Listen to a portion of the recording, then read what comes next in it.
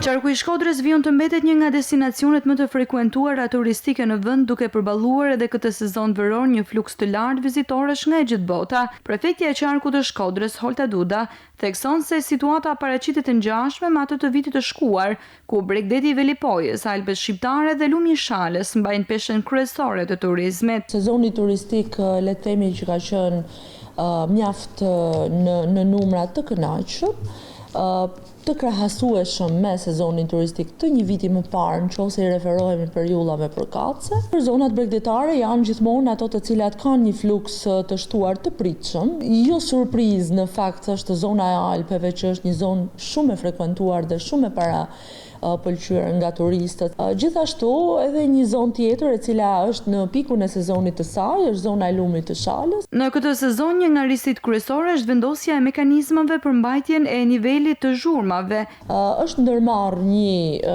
nisëm e cila ka miratuar, le të themi, një udhëzim të përbashkët ndërmjet Ministrisë Punëve të Brendshme, Ministrisë së Mjedisit dhe Ministrisë së Shëndetësisë dhe Mbrojtjes Sociale, në mënyrë të tillë që të ndërhyhet tek nivelet kufi të zhurmës në ambientet publike. Pritshmëritë për muajin gusht janë edhe më të larta, me një rritje të mëtejshme të fluksit në Bregdet, në Alpe dhe në destinacione të ndryshme natyrore.